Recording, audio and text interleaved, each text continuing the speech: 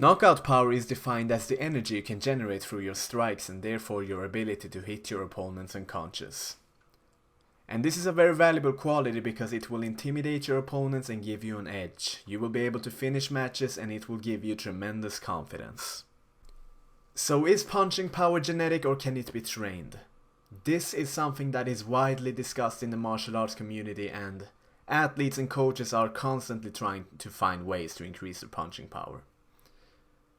Fact is that everyone has a genetic potential when it comes to power in general, but there are definitely ways you can train your punching power to your best potential, and that is what we're after here.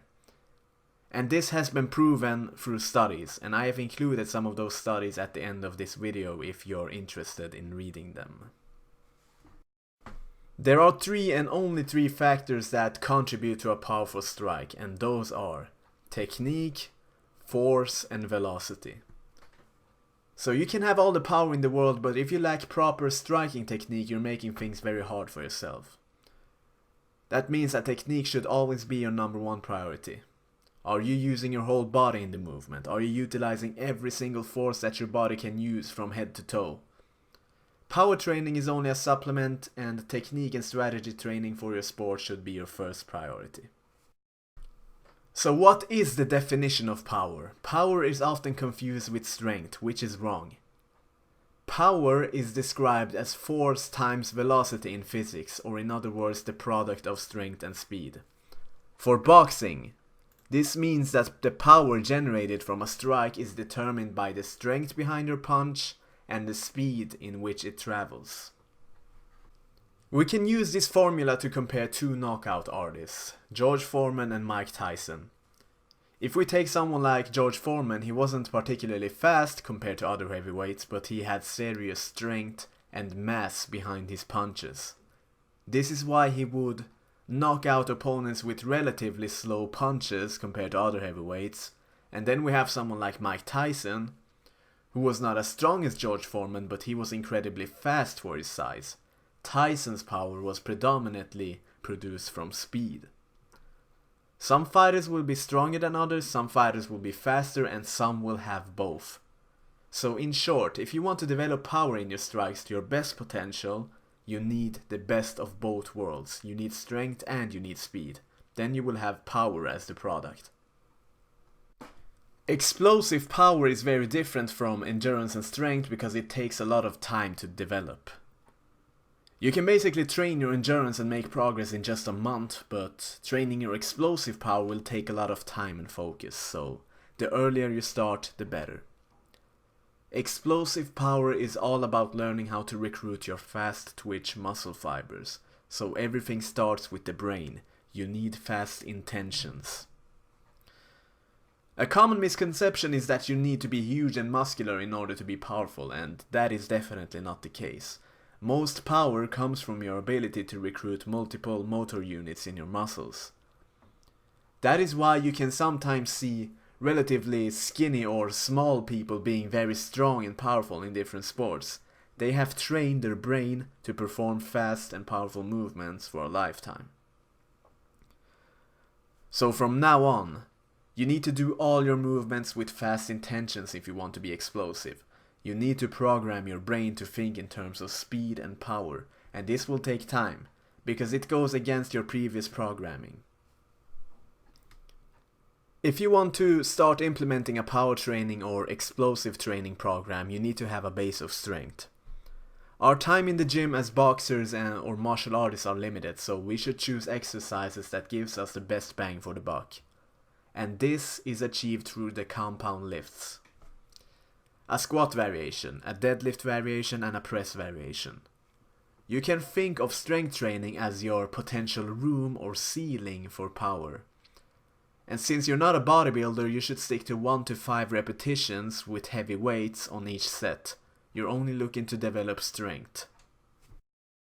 Plyometrics and ballistic training will translate all of your strength into usable speed for your particular sport. In boxing, this is very crucial, because speed can be very detrimental in a match.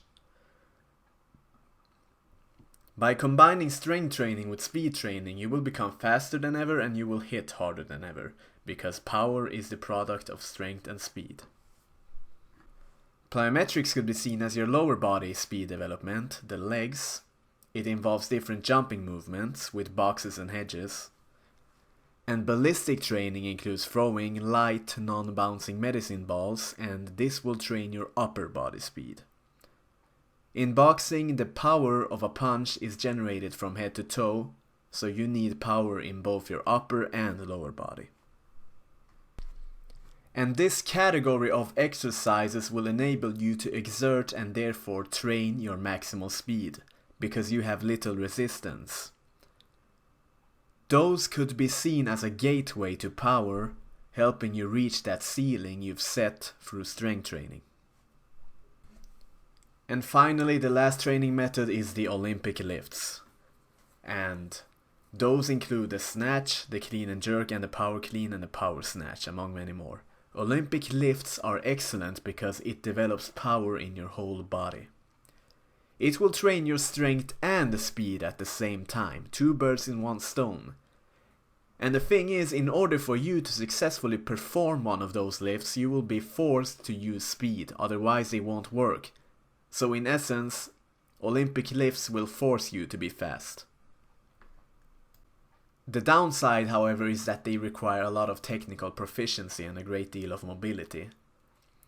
And this is why athletes usually learn the power clean and the power snatch only, because they are easier to learn than the other Olympic variations, and they are most cost effective for athletes. So what is the purpose of each training form that we have discussed today? The compound lifts will train your maximal strength or your potential for power. Plyometrics and ballistic training will train your maximal speed, and Olympic lifts will train your strength and speed simultaneously. A good power development program will have all of those 3 aspects included. You can choose to combine those in the same training session, or you can do them on separate occasions, and that way you'll probably get a better quality out of the workouts. However, if you choose to do them on the same day, you should start with the plyometrics and ballistic training first and then go over to the Olympic lifts, and finally end with the compound lifts, like the back squat or the deadlift or the bench press. And the reason you do this is because you have to be fresh for the speed exercises, because they require the most mental fuel. If you're going to train your speed, you need intention, and you usually have your best focus in the beginning of a training session. I will definitely make a video in the future about how to perform those training methods and what sets to include, what reps, all of that. Stay tuned. So as a summary, you can train your power output to your best potential. Power is not the same as strength. Power is the product of speed and strength. If you want to increase your punching power, you need to do strength training and speed training. Strength is achieved through compound exercises like the deadlift, the squat, and the bench press, and speed is achieved through plyometrics and ballistic training. And finally, we have Olympic lifts. Those will train your speed and strength simultaneously.